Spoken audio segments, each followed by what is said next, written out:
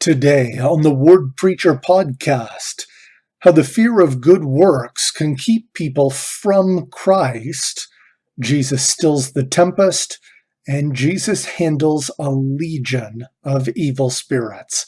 I'm Brett Jensen, and this is the Word Preacher podcast.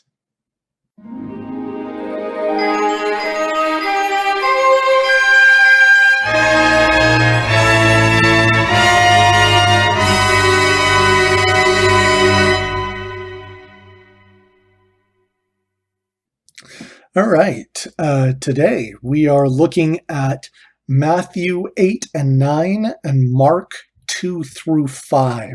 So we'll cover some miracles. We'll look at some impressive things that Jesus did as he was starting his ministry near the Sea of Galilee.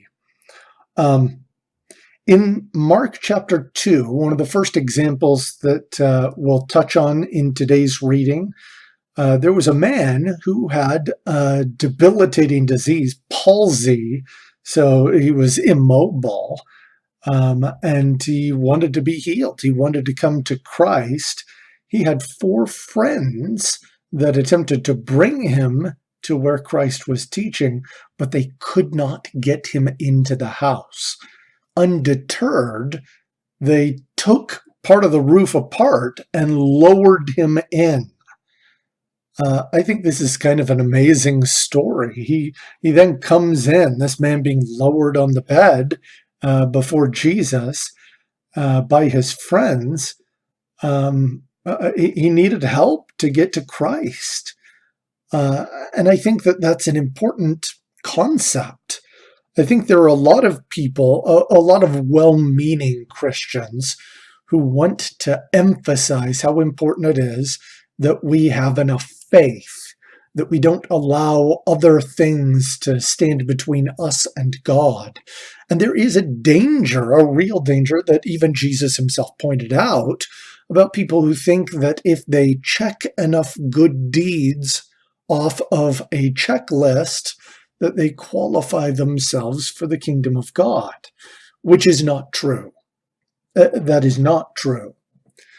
But I worry that hyper-focus on this faith only, no works, lest any man should boast, which does, as I mentioned, have basis in truth. But I worry the hyper-focus could keep people from getting to Christ. I mean, he needed help, literal physical help, to get to Christ to receive what he needed. And I think that this is a function that is really effectively handled or helped by a church. When people who share faith can help one another come to Christ, that's so much more powerful than trying to have each of these individuals stab at it themselves. That doesn't mean that you shouldn't work on it yourself. But even if you're doing okay, maybe there's something that you can do to help someone else. And church provides that benefit. We should be willing to put in work for the good of a church to help people around us, our family and friends and neighbors, come to Christ. And you don't have to worry, well, maybe they don't need to come to Christ. Yes, they do. Yes, they do.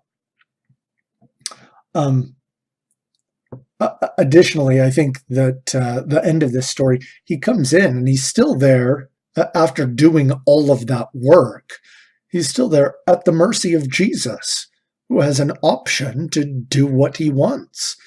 And he has the hope that the mercy and compassion of Christ will make a difference. And of course it does, but in a way that people do not initially anticipate. Jesus says to him, "Son, thy sins be forgiven thee." And of course, a lot of the people in the room say, well, who can forgive sins but God only? This is blasphemy. And he questions, he knows what they're thinking, and he questions them. asking, what's easier, me to heal him or forgive his sins? Well, of course, it's easier to say forgive sins, but let me, just to show that I am capable of doing things that you are not. He turns to him and tells him to take up his bed and walk, which he does. He is healed. And it demonstrates the point. So a couple of things on those events. First of all, God has literally, it is true, the critique that some of the people said, who can forgive sins but God only? That's true. Only God can forgive sins. But God has complete confidence and trust in his Son, his beloved Son, Jesus Christ. And so Jesus is able, through this divine investiture of authority, to speak as though he were the Father. Frequently he does, in various places, speak as though he is the Father, and it is appropriate because of the trust that God places in him. The other thing is how curious it is, as Jesus has previously, in a couple of examples, only done miracles for those that have faith first. And here we see a situation where there are a lot of people who are doubting, and he performs a miracle anyway. He gives them a sign, which is kind of counterintuitive. Why would he do that? Well, obviously, there's the person who was helped. I think that the faith of this person with the palsy who believed in Jesus ought to be taken into consideration. And I think the other thing that is important to consider is that this miracle was not convincing. Some people think that, if Jesus showed a sign, or if these prophets could prove themselves, then other people would believe. But of course, that's nonsense. People will believe what they want to believe. It's not reason that compels people to do things. Reason can be persuasive, but it is by no means compulsive. And later, in Matthew chapter 11, he talks about Capernaum, this very town in which he performed this miracle, observing their state. He says, "And thou, Capernaum, which art exalted unto heaven, shalt be brought down to hell. For if the mighty works which have been done in thee had been done in Sodom, it would have remained until this day. But I say unto you that it shall be more tolerable for the land of Sodom in the day of judgment than for thee." Harsh words, but clear that when people are seeking for signs, they should understand all of that comes with a price. Obviously, the best circumstances are to pay the faith and invest the effort and hope first. You do that first, and then the miracle comes. But if you don't, there is an expectation there. If you receive a sign, there's an expectation there. And if you do not fulfill that expectation, it's not going to be good. So I think it's incredibly important when we're looking at these things, and even the prevalence of miracles, being able to recognize miracles in our own lives in modern times, that we understand it is going to require faith, and we better pay that price. We better pay that price sooner rather than later. Don't wait to the day of judgment. Another individual, as we continue in the story, that paid the price. A centurion, a Roman soldier, came to Jesus. He described one of his servants as also having palsy. And Jesus offered to come to this man's home and heal the servant. But the centurion protested. Usually, like when you go to God and he says, I'm going to do this. If you were to go to Jesus and he says, this is my plan, I'd say, yeah, that's a good plan. We'll do whatever you want. But the centurion speaks up. He protests that he is personally unworthy, but he faithfully requests that Jesus only speak the word, believing that his servant will be healed. Jesus recognizes the faith of this man above all of the people of Israel, and says that it will be according to his faith.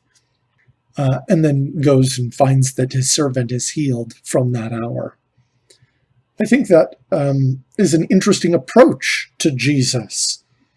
The recognizing we need his help, but we want to make sure that we deal with our position, that we are not worthy, that we are approaching him and asking for his mercy, and that we should not be expecting or should not feel entitled to anything from Jesus.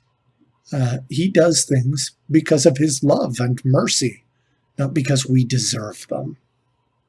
In fact, even at the end of this passage, Jesus observes, "But the children of the kingdom shall be cast into outer darkness.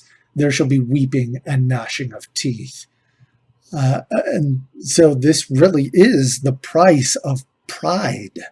If you think that you deserve all these things, you are going to find out that you don't. Better to humble ourselves like this centurion first. All right.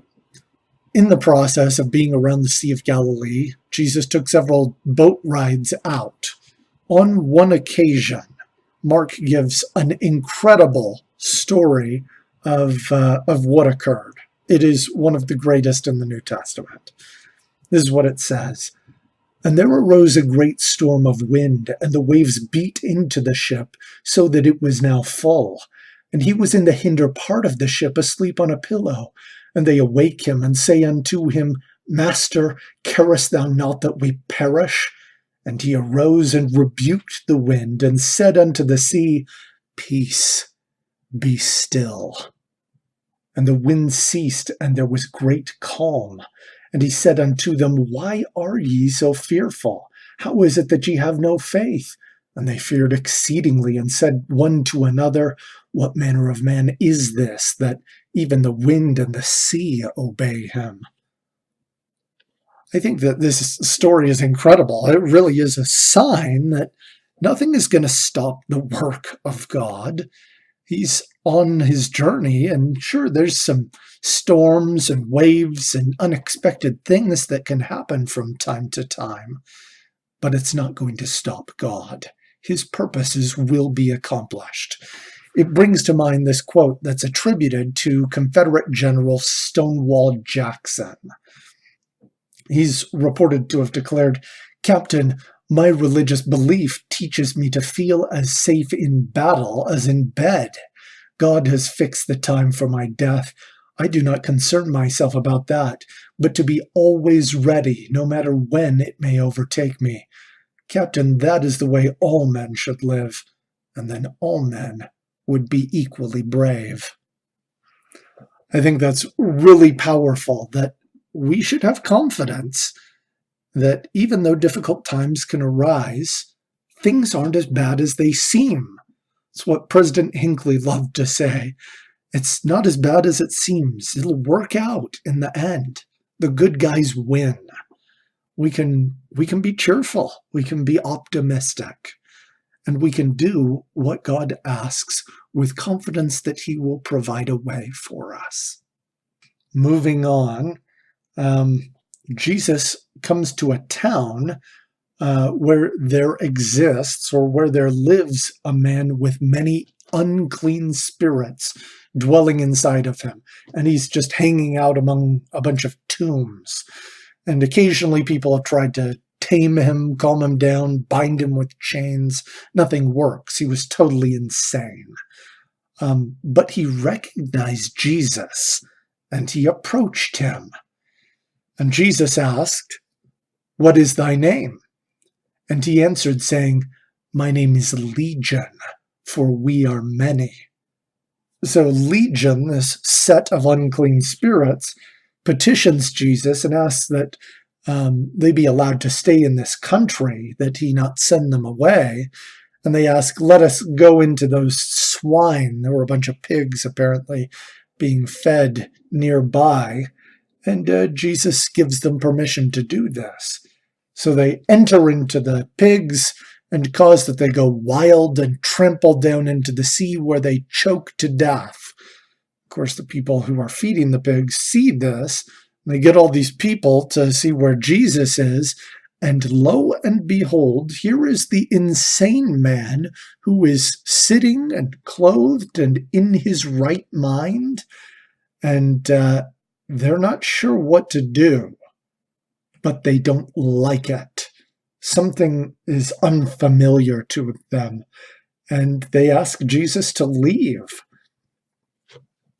This story is kind of interesting for several reasons. One of them, which was kind of funny, one of the things I like to point out, of course, we know that these spirits were evil and not good because they destroyed all that beautiful bacon. Of course, that's not the real reason, but it gives me a chuckle.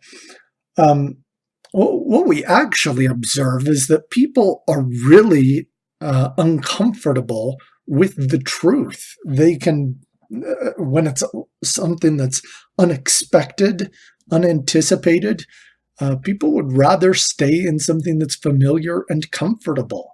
It can be hard to know the truth. And they ask Jesus to leave because they don't understand who he is. I think that that's important for us to recognize this pattern so that we can be mindful of it when it occurs in us, as it surely will. Sometimes unexpected things will happen. Are we the type of people who will ask Jesus to leave when it becomes inconvenient? Hopefully not. Hopefully not. In the end, of course, there was no one like Jesus. That, like the people who helped their friend with the palsy enter in to be healed of Jesus, we can help one another reach Christ. We have an obligation to help one another, to do the work that is necessary so that we can all grow closer to our Master Jesus Christ. We should have the courage to stay the course, to stay with Jesus when times get difficult, whether that's a storm in the Sea of Galilee, whether it's an unexpected bunch of pigs running into the ocean, whether it's something else that happens to us. We should keep in mind that Jesus is the Son of God, and even when something unexpected occurs, staying with him is the right call. Want to express appreciation to everyone who has supported the Word Preacher podcast. Next week, we will look at Matthew 10 through 12, Mark 2, Luke 7, and Luke 11, focusing a lot on the apostles. Of course, please continue to study from the Come Follow Me curriculum this week.